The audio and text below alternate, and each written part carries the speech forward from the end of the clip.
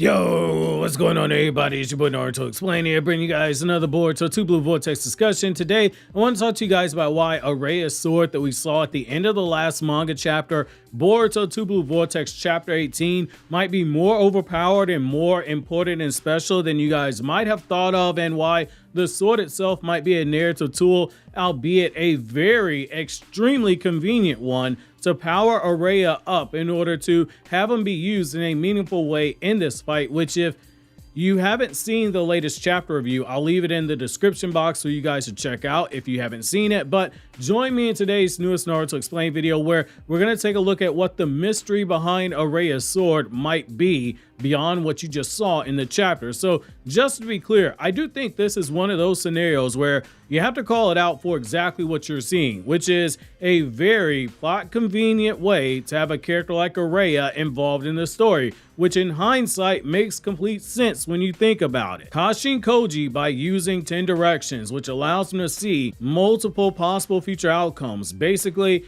giving him a cheat code to multiple scenarios, is able to run through simulations of what would happen if different decisions are made and plan for them accordingly. The fact that Kashin Koji specifically assembled this team means that each person, each pawn on this chessboard serves a specific role, and I do believe we're seeing this right now with Araya. He is the piece needed to counter Ryu using Shinki's Iron Sand and Puppet Master combo attack. It's as super plot convenient as Konohamaru happening to come out of the 3-year time skip with not only a stronger Rasengan, but a Rasengan, which is the best change in chakra shape jutsu to use against the Chidori, and he just happened to apply wind release, change in chakra nature to the Rasengan's change in chakra shape to create the Rasen barrier, which allows for the perfect counter to Sasuke's lightning release Chidori, which is used by the Tento's clone of Sasuke, whose name is Hidari. It's the same thing.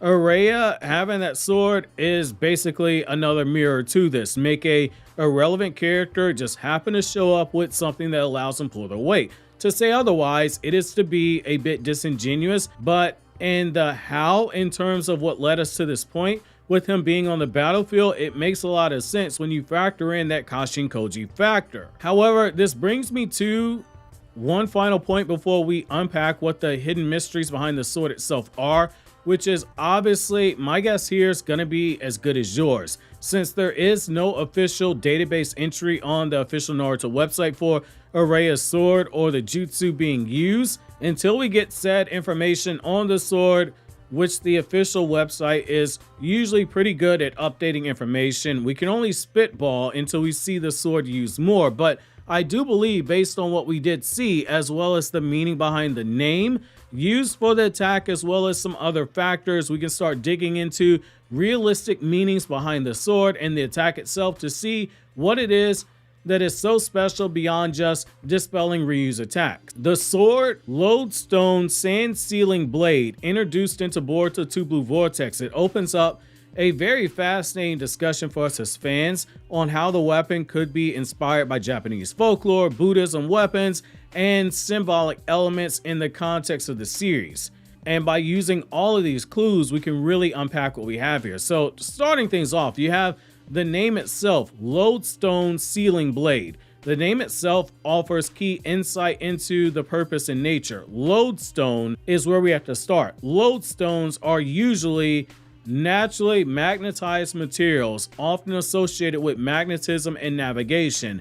This could imply that the sword has properties that disrupt or counteract magnetic fields, directly tying it to the Magna Release Kekkei Genkai. And since Boruto is a series that uses a lot of science and technology, this makes a lot of sense. This would be the same type of science that inspired the resonance between Boruto and Kawaki's Karma Seals. In ancient times, lodestones were used as compasses, symbolizing guidance and balance, which could metaphorically reflect Araya's role in restoring control over the bodies that are being manipulated by the Iron Sand Puppet Master combo. And as you've heard me say repeatedly, because of the Samsara and Shinto inspirations that Naruto and Boruto take, the big theme of balance is a really big thing here, which is what Araya's jutsu is serving for by using this sword.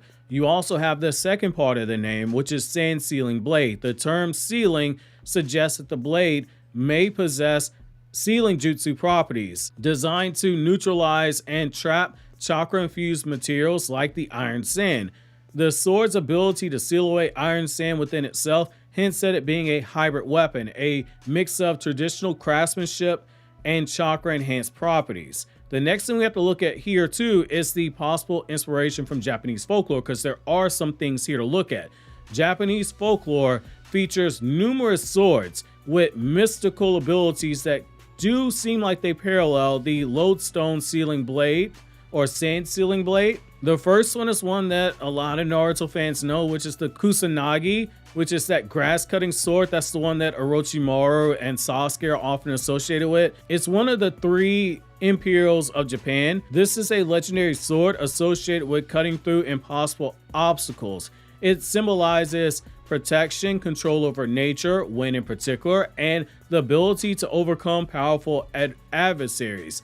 The sand sealing blade, it echoes this, and the ability to cut through and dispel powerful iron sand jutsu, symbolizing triumph over overwhelming odds. And given that magnet release, which is what iron sand is, also utilizes wind release, that makes a lot of sense. You also have the Muramasa and Masamune blades. So the Muramasa blades are often depicted as cursed weapons that bring about destruction, while the Masamune blades are often seen as symbols of peace and balance, which goes back to the whole Shinto aspect of balance and harmony. So the sand sealing blade could draw inspiration from the Masamune archetype, a sword meant to bring balance by neutralizing and sealing dangerous chakra-based techniques, namely the iron sand techniques. You also have magnetism in Japanese mythologies. So magnetism, it isn't necessarily a common theme in Japanese folklore, but the concept itself, oneness of horse and rider, Jinba Ita basically,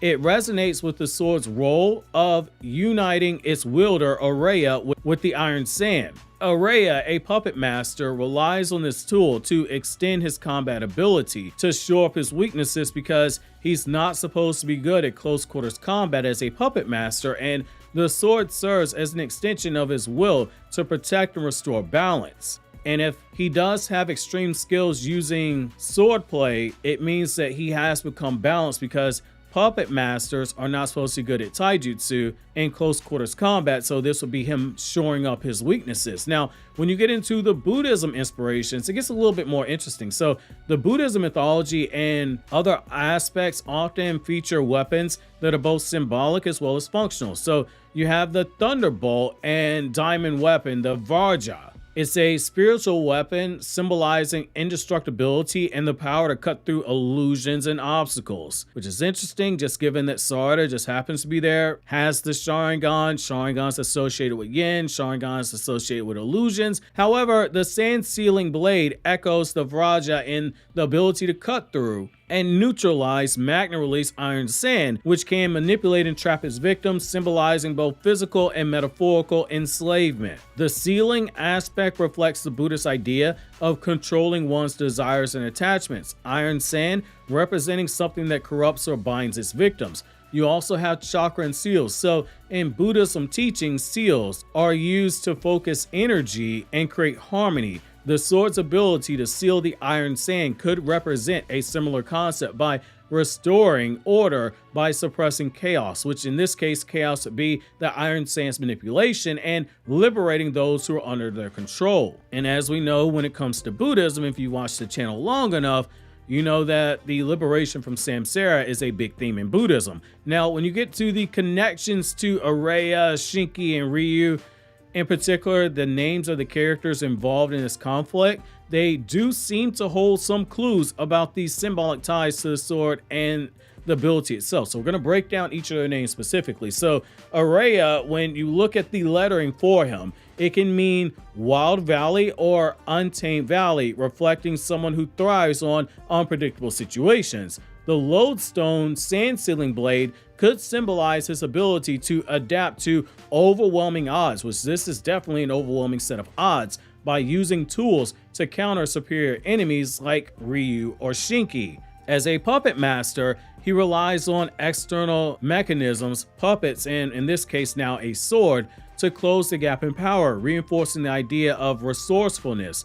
With Shinki, his name translates into noble trust or true faith, which ties into his role as a prodigy of the hidden sand who relies on the ultimate sand technique, the iron sand. The sword's ability to dispel iron sand could symbolize the subversion of this trust, as it's the ability used to counter and neutralize Shinki's own ability and specialty because it's being used by Ryu. He's no longer noble in this instance. This could suggest that the blade might have historical ties to the Kazekage lineage, or the hidden sand in terms of history, created specifically to counter the iron sand. This is why the world building is so fascinating. When you get into Ryu, you get different translations for the name. So one translation could be grain, the other one could be dragon, depending on where you put that accent mark above the U, symbolizing immense power and domination. Ryu, his use of magnet release to control others, echoes the mythological associations with dragons as hoarders or controllers of precious resources. And as we all know, Ryu is going after Gaara, who is now being held in that iron sand. The sword's ability to sever Ryu's control could signify the classic theme of the hero slaying or neutralizing the dragon's tyranny, which is why it had to be Araya who could be the one using that sword. Now, when you get into the potential nature of the sword itself, it also gets really interesting too. So, given the inspirations and connections to the lodestone sealing blade, there might be several unique properties here. In particular, sealing jutsu infused, the blade likely incorporates advanced sealing techniques, possibly created using magnet release itself to ensure it could absorb or seal iron sand effectively, which means that there was something that Shinki did alongside Araya as a failsafe in case something happened, which that shows tremendous foresight on their part. And it also shows tremendous foresight for the people in the hidden sand village itself. You also have historical potential ties to the sand village because, again, the sword may have been forged as a countermeasure against rogue users of the magnet release or iron sand, potentially created by or for a previous Kazekage to maintain balance within the village, likely the third Kazekage or even potentially the fourth Kazekage since he has that gold dust jutsu. You also have the thematic implications. So the lodestone sand sealing blade aligns thematically with Araya's role and growth in this situation. It's about restoring balance. The sword complements Araya's puppet master style, allowing him to intervene and neutralize techniques that would otherwise overwhelm him and his comrades, emphasizing intelligence over brute strength, which is what you need because he needs some kind of other edge given how strong Ryu is. He literally bitched out code when we saw him. Just as Konohamaru happened to need the rescind barrier, Araya needs this sword to level the playing field. And based on how things are drawn in the chapter, it might also be affecting Ryu because his body uses that iron sand as well. You also have the liberation aspect. By dispelling the magnet release control over bodies, the sword symbolizes liberation from tyranny, mirroring the larger themes in Boruto about overcoming oppressive powers. An example, Kawaki's ideology and just the Otsutsuki clan in general. In conclusion, we'll wrap up and we'll say this here. The lodestone sand sealing blade, it is a weapon that is rich with symbolic and functional depth. Ironically, there's not much in terms of samurai lore that could be used for this. I went through a lot of samurai stories to see if maybe there was some inspiration like we see with a lot of Sasuke's character and parts of Boruto's character. That's not the case here, which is very interesting. This sword in and of itself, it blends themes of liberation, balance, and adaptation. It's also seemingly inspired by Japanese folklore like the Kusanagi and Buddhist weapons like the Vraja, and its wielder's resourceful nature. Its ability to seal iron sand suggests sealing mastery tied to the hidden sand village's history. Again, more world building, since it would be a safeguard against magnet release in general. It's also significant to Araya's growth, and it's a poetic role in tying into the story's themes, making it a very fascinating addition to the Boruto mythos and just the entirety of the world building, in particular the hidden sand village, which, if you're keeping up with the Gar, Heat, Sandstorm, Mirage videos on the channel, you know there's a lot of lore when it comes to the Sand Village that we have not touched on yet, because a lot of it's not been animated. And I'm very excited to see where Ikimoto might be taking the introduction of this sword even further in terms of how it was created, why it was created, and things of that nature. If you enjoyed this video, obviously consider subscribing. Leaving a like on the video does wonders for the channel and the algorithm, and also consider clicking here to watch more videos from Naruto Explained, or consider clicking here to watch videos from my Anime Explained channel, where I talk about non-Naruto content in the form of video essays, explained videos, chapter reviews, and so much more.